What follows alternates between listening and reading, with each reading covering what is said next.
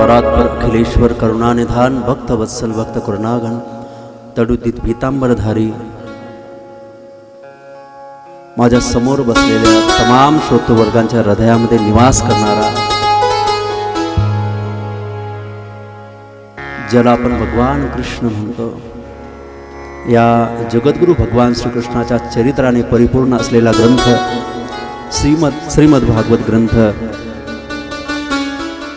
गेली 6 दिवस आपण श्रवण करत आहात. आज या भागवत कथेची समाप्ती आहे.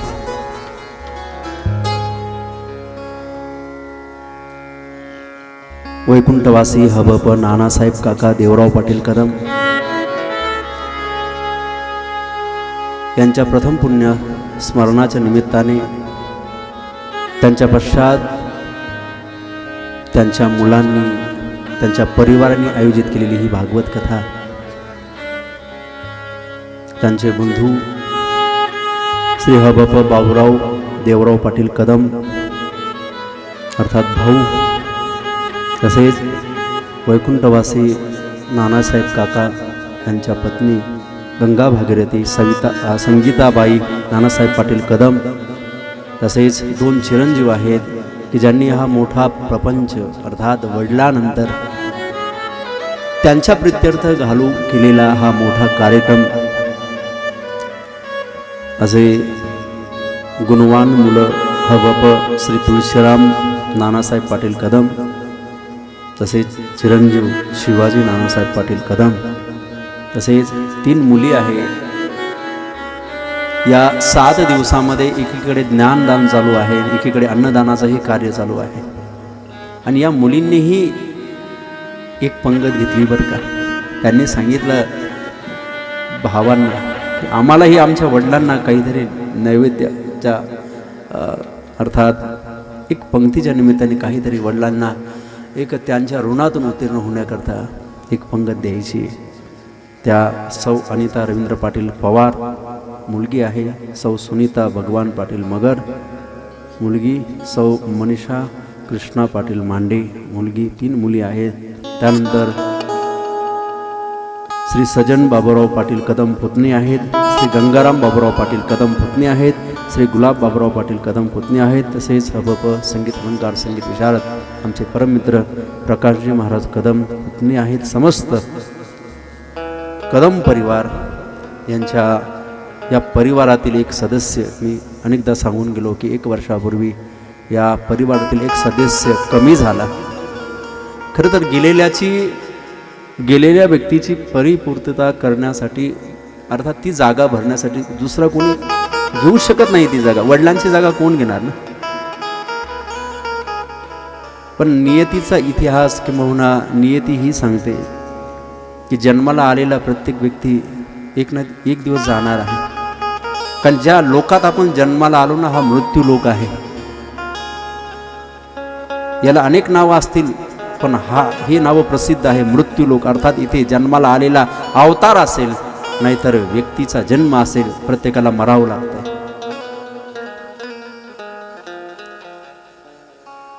अनेकदा कबीरदासजी देखील सांगतात, साधू ये मुर्दों का गाँव, साधू हे मुर्दों का गाव आहे. म्हणजे इथे जन्माला आलेला प्रत्येक व्यक्ती मरणारा आहे. पीर मरे पैगंबर मरे, मर गए हकीम जोगी, साधु ये मुर्दों का गाँव, साधु. प्रत्येक व्यक्ती जन्माला आलाय त्याला एक दिवस जायचं आहे. मी अनेकदा सांगून गेलो की परीक्षित आपलं निमित्त करतोय. आपल्यापैकीच एकाचं अर्थात आपल्या सर्वांचं प्रतिनिधित्व परीक्षित करतोय. तो मृत्यूच्या दारात उभा नाही, त्याला 7 दिवस अवधी आहे. आपल्याला आहे का 7 दिवस अवधी? नाहीतरी त्याला 7 दिवसानंतर मृत्यू आहे. आपल्याला सांगता येत नाही. चालता चालता माणसं जातात. क्या भरोसा है इस जिंदगी चालता चालता माणसं जातात. एक व्यक्ती बसची वाट बघत बस स्टँडवर बसलेला होता. जवळ टपरी होती चहाची, आणि त्या टपरीवाल्याला सांगितलं, अरे बाबा एक चहा दे, पण कसा दे, कट. कारण जर बस आली तर तो चहा प्यायचा, जास्तीचा चहा प्यायची, कटकट नको, कट. त्याने चहा दिला. त्याने बशीत चहा ओतला, थोडा कपात ठेवला होता, बशीतला पिला, कपातला तसाच राहिला. आणि झटका आला. कशाचा? पूर्वीच्या काळी शोध नव्हता तोपर्यंत मूठ मारली म्हणायचे लोक. आता म्हणतात अटॅक. सांगता येत नाही माझं.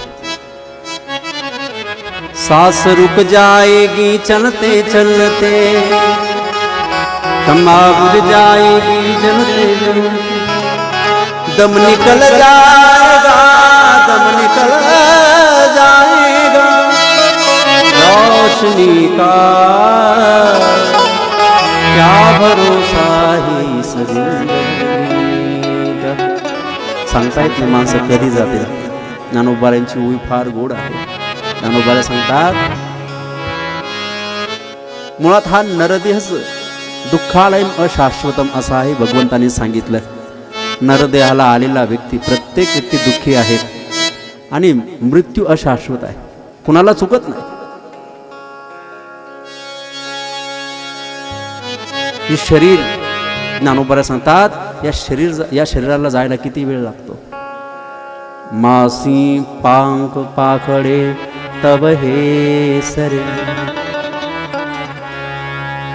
जायला वेळ लागत नाही. शरीर किती वेळ लागतो तो वेळ मी आता सांगू शकत नाही, का मी मेलेलो नाही. पण ज्ञानोबा सांगतात, मासीला पंख फडकवण्याकरता, फडफड करण्याकरता किती वेळ लागतो. एक वेळा तितका वेळ माणसाला मरायला लागतो. क्षणार्धात होत्याचं नव्हतं होतं. जो प्रपंच आपण महाराज नेटीने उभारला आहे ना, सगळं राहतं इथंच. आणि तिथे किती कमवलं म्हणजे बरोबर येईल नाही सांगता येत. नेता येत नाही, नेता येतच नाही असं नाही. संतांनी सांगितलं नेता येतं ते सत्कर्म आहे. आयुष्यात सत्कर्माचे जोड जोडा, मग तेथे नचले काही, सत्ता संपत्ती राहील ठाईचे ठाई. मग बरोबर काय येईल पुढे, संचित देईल ग्वाही, तुका म्हणे तै यम आज्ञा. यम आज्ञा काय बरोबर येईल तेव्हा, यम आज्ञा आल्यानंतर संचित. संतांनी सांगून ठेवलंय. म्हणून बाकीचा प्रपंच वाढवण्यात वेळ न घालवता, वाढलाच पाहिजे प्रपंच, पण तो वाढवत असताना भगवंताला विसरता कामा नाही, भगवंताचं भजन विसरता कामा नाही. साधू संतांनी काय संसार केला नाही का? केला, पण संसार करताना हा असा करा. फार गोड सांगितले अनेक ठिकाणी संतांनी. पक्षी अंगणी उतरती, ते का गुंतोनी राती, तैसे असावे संसारी, जोवरी प्राचीना.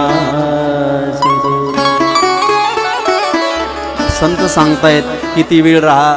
वस्ती कर वस्ती आला, प्रात काळी उठोनी गेला.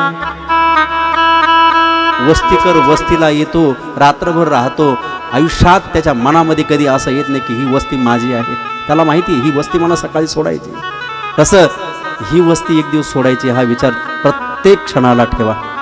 वस्ती हा नरदेह एक दिवस सोडायचा आहे. हे सगळं इथंच राहणार आहे. जे कमवतोय, जे आपण पसारा लांबवलाय ना, हा काही बरोबर येत नाही. धनानी भूमो पशवश, फार गोड सांगितले शास्त्रकारांनी सांगितले, संतांनी सांगितले. तिथे काही नेता येत नाही तिथपर्यंत. अरे प्रत्येक व्यक्तीचं एक लिमिट आहे. मेल्यानंतर बायको घरापर्यंत, घरातच. आपतेष्ट आले ते स्मशानापर्यंत. शेवटी एकट्याला जायचंय नाही का. कर्मानुगो गच्छति जीवैक, एकट्याला जायचं. म्हणून आयुष्यामध्ये कधीतरी या मृत्यूला जाणून घ्या, जो येणार आहे त्या मृत्यूला. आणि तो शिकवणारा ग्रंथ म्हणजे श्रीमद भागवत आहे. भागवतामध्ये मृत्यूची पाठशाला आहे. मृत्यू शिकवला जातो इथे मृत्यूची, अर्थात तुम्ही एक दिवस मरणार आहात, पण किती क्षण तुमच्या हातात आहे सांगता येत नाही. खटवांगराय राजाचं चरित्र येतं. 1 तास उरला खटवांग रायासी. 1 तासामध्ये कधी जीवन परिवर्तित करता येते का? पण ते इथे होतं. काय केलं त्याने? नाथ बाबा सांगतात, सापडला हरी तयाला साधनी, एका जनार्दनी हरी बोल. जर नाही बोलला तर संतांचं काही जात नाही ना. याकरता पिंगळा सांगितलाय, याच करता पिंगळा सांगितलाय. हे जरी नाही काल तरी दुसरा येईल, हे जरी नाही काल तरी दुसरा येईल, हे जरी नाही काल. सरती सेवती बा काळ बांधून येईल, सरती सेवती बा, सरती सेवती बा काळ बांधून येईल, सरती सेवती बा. एक जनार्दनी आमचे काय जाईल, एक जनार्दनी आमचे काय जाईल,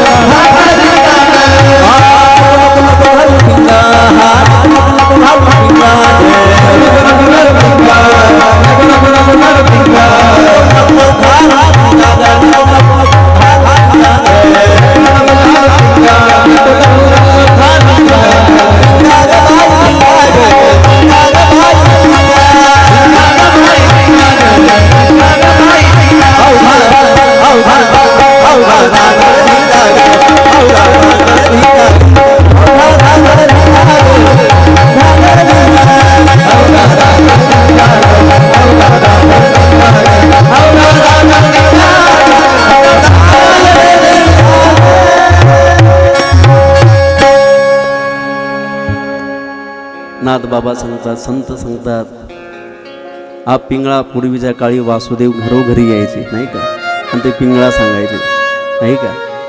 आता ते राहिले नाही नाही का.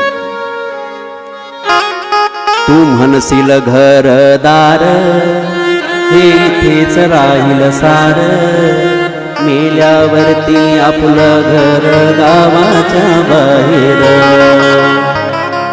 जागा करायची सकाळी सकाळी. तू म्हणशील पैसा अडका हा इथेच जाईल सरका, मेल्यावरती आपल्या बरोबर मातीचा एक मडका. मडक्याला किती खर्च लागतो? 50 रुपये. लहान घेतलं तर 50, मोठं घेतलं तर 100. नाही का? आताच देऊन ठेवा आणि त्याला सांगा, बाबा जेव्हा मी जाईल मला भेटायला येशील ना तर घेऊन ये नाही का. त्याच्याकरता मला अर्थात तू पुढचा वेळ लागू नये म्हणून. तेव्हा एकच सांगायचंय, कितीही कमावलं बरोबर काही येत नाही. येतं ते सुकृत, येतं ते सत्कर्म, येतं ते पुण्य. पुण्यच बरोबर येतं आणि पुण्य सत्कर्मातून उदयाला येते. जे काही आपल्या जीवनात सत्कार्य घडले, सत्कर्म घडले, त्यातून पुण्य उदयाला येतं आणि ते पुण्य तुमच्या आमच्या आयुष्यात कधी मधी आपल्याला कामात येतं बरं का. अरिष्ट येईल तेव्हा. बऱ्याचदा ॲक्सिडेंट होता होता वाचत असतो आपण, म्हणतो वाचलो नाही. तुमचं पुण्याने तुमचं रक्षण केलं. पुण्य कधी कामाला येईल काही सांगता येत नाही. आणि संतांनी आपल्या आयुष्यातलं, साधू संतांनी आपल्या आयुष्यातलं पुण्य खर्च करून ग्रंथ लिहिले. पुढती पुढती पुढती. माझा ज्ञानेश्वरी रूपी ग्रंथ हा साधा नाही. मग या ग्रंथ पुण्य संपत्ती.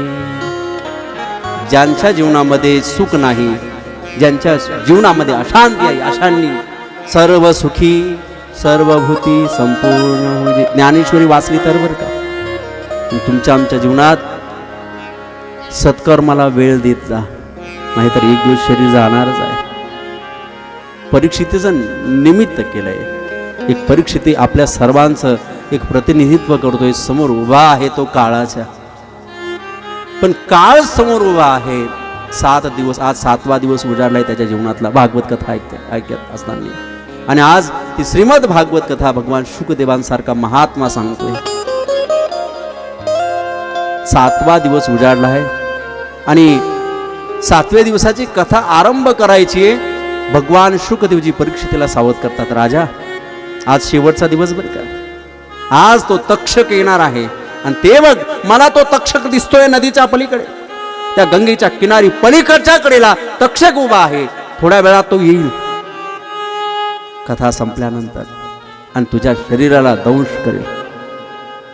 आता 6 दिवस तू कथा ऐकली, 7वा दिवस आज पूर्ण होणार आहे. या कथेतून तुला काय अनुभूती आली? त्या कथा श्रवण केल्यानंतर तुझ्या जीवनात काय बदल झाला? परीक्षितेचा उद्गार आहे, महाराज निश्चित त्या तक्षकाला येऊ द्या, माझ्या शरीराला दंश करू द्या, पण आज तुमच्या मुखातून श्रीमद भागवत कथा मी श्रवण करतोय. माझ्या जीवनात माझ्या शरीराला होणारा जो काही येणारा जो काही मृत्यू आहे, मला तुमच्यामुळे हा प्रसाद मिळाला. तुमच्यामुळे हे कळालं की मरणारं शरीर आहे, आत्मा तर कधी मरणारा नाही. जो जन्मालाच आला नाही त्याचा कधी मृत्यू होणार नाही. म्हणजे मी जर अमरच आहे तर मला मृत्यूची भीती का वाटावी? येऊ द्या त्या कुणाला? तक्षकाला. येईल, काय करेल तो? माझ्या शरीराला दंश करेल. जो मरणार आहे, जे एक दिवस मरणारच आहे, एक दिवस मला सोडावंच लागणार आहे. आणि जन्मोजन्मीचे तुमच्या मुखातून श्रवण केले, जन्मोजन्मीचे अनेक शरीर आपण धारण केले आहे. त्या देहाविषयी जर तादात्म्य ठेवलं तर माणसाच्या जीवनात देह सोडताना दुःख होतं.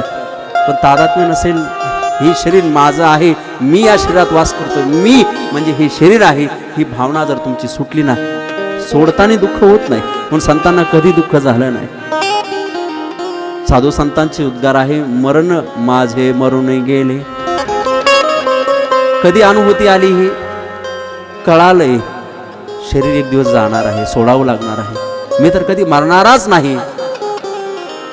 तो न मरणारा आत्मा माझ्या हृदयात निवास करतोय. आणि जसं आता हे शरीर एक दिवस सोडायचंय, दिवाळी जवळ आली आता दिवाळी चालू आहे नाही का? दिवाळी चालू आहे. प्रत्येक व्यक्तीच्या जीवनामध्ये प्रत्येक दिवाळीला नवीन कपडे घेतले जातात. ते कपडे घेतल्यानंतर माणसाच्या जीवनात दिवाळीला नवीन कपडे म्हणजे आता पुढच्या दिवाळीला नवीन पुन्हा नाही का? माणसं जसं दिवाळीला नवीन कपडे घालतात, आता नवीन कपडे धारण करत असताना जुन्या कपड्याविषयी आसक्ती राहते का? यांनी वर्षभर साथ दिली नाही. माणसं ते जीर्ण वस्त्र सोडून देतात, टाकून देतात. ज्ञानोबा सांगतात, जैसे जीर्ण वस्त्र सांडीजे मग नूतन वेडीजे, तैसे देहांतराते स्वीकारीजे चैतन्यनाथे. नवीन शरीर एक दिवस चैतन्य म्हणजे आत्मा धारण करणार. म्हणून येऊ द्या त्या तक्षकाला, माझ्या शरीराला दंश करू द्या. पीतम मया, माझ्या शरीराचं अर्थात माझा प्राण त्या तक्षकाला पिऊ द्या. पीतम मया श्रुतपुटेर्नौमि रामं, श्रीकृष्ण गीता मृदमद्य सत्यः. आगत्य किं कर्षति मे भवामि रामं, श्री कृष्ण गीता चरिता मृदमद्य सत्यः.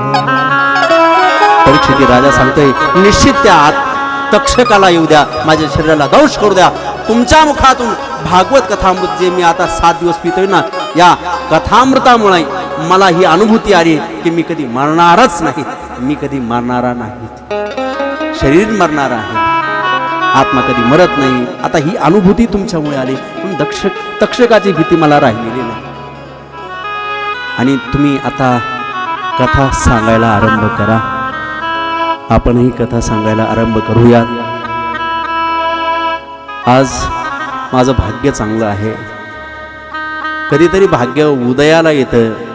कोण पुण्य कोण गाठी, जासी ऐसी यांची भेटी. कोणतं पुण्य पदरात असेल, अर्थात आपलं अनेक जन्मीचं पुण्य पदरात असेल तर आपल्याला साधूंची भेट होते, संतांची भेट होते. म्हणजे संतांची भेट होण्याकरता पुण्य लागतं हे मला सांगायचं. आणि आज वैकुंठवासी गुरुवर्य सगळ्यांना माहिती असणारे रंगनाथ स्वामी भिंगारे अर्थात बाबा, पदोपदी बाबांची आठवण येते का? बाबांमुळे आम्हाला अनेक लोक आयुष्यात असे भेटले की ते आम्हाला प्रेरणास्थान राहिले.